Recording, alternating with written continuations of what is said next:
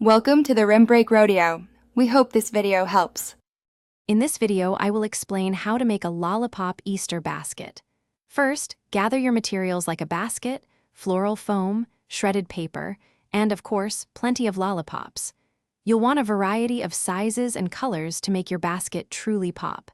Make sure your basket is sturdy enough to hold all the sweet treats. This simple project is fun for everyone.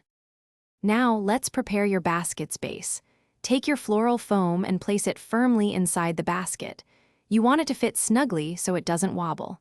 Next, cover the foam with a generous layer of colorful shredded paper. This hides the foam and adds a festive touch, creating a soft bed for your lollipops. Time for the fun part, arranging your lollipops. Start by inserting them into the floral foam, varying their heights to create visual interest. Distribute different colors and sizes evenly to ensure a balanced look. Place some larger lollipops in the center to act as focal points. Keep adding until your basket looks wonderfully full and vibrant.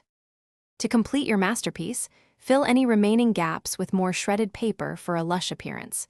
You can also tuck in some small candies, stickers, or tiny toys for extra surprises.